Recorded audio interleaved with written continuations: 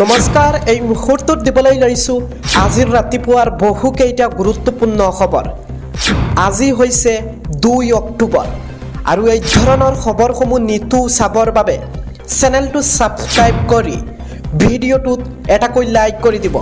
তেন্তে আহক দৰ্শকসকল ৰাতিপুৱাৰ খবৰকেইটা আৰম্ভ কৰোঁ। আজি ৰাতিপুৱাৰ প্ৰথমটো খবৰ জনোৱাৰ আগতে মহাত্মা গান্ধীৰ জন্ম জয়ন্তীৰ হিয়াৰ পৰা শুভেচ্ছা যাচিছোঁ। আপুনিও কমেণ্ট ছেকশ্যনত মহাত্মা গান্ধীৰ জন্মদিনৰ শুভেচ্ছা বাৰ্তা প্ৰেৰণ কৰক। আগবাঢ়িছোঁ ৰাতিপুৱাৰ প্ৰথমটো খবৰলৈ।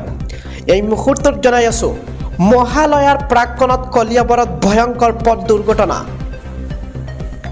তীব্ৰবেগী বাহনে নিয়ন্ত্ৰণ হেৰুৱাই খুন্দা মাৰে বিদ্যুতৰ খুঁটাত আৰু বাহনৰ খুন্দাত ছিঙি যায় বিদ্যুতৰ তাঁৰ।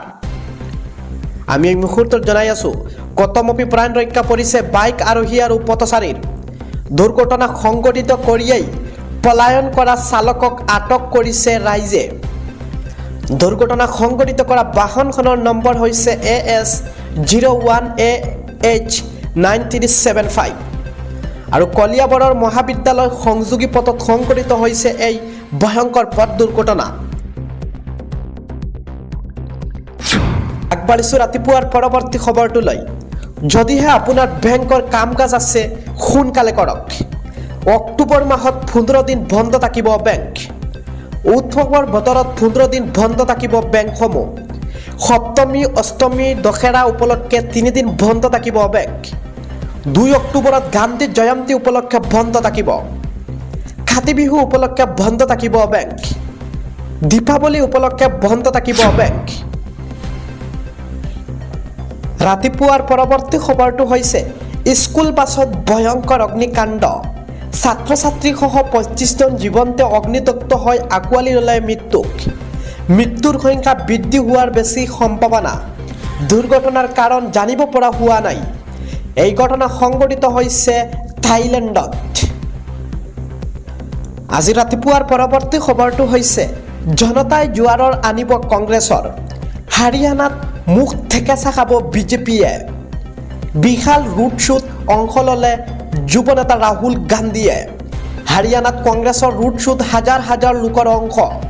জনতাক ৰাহুল গান্ধীয়ে দিলে গ্যাৰাণ্টি। বিজেপিক উফৰাই চৰকাৰ গঠন কৰিব কংগ্ৰেছে। হাৰিয়ানাৰ জনতাই প্ৰত্যুত্তৰ দিব বিজেপিক।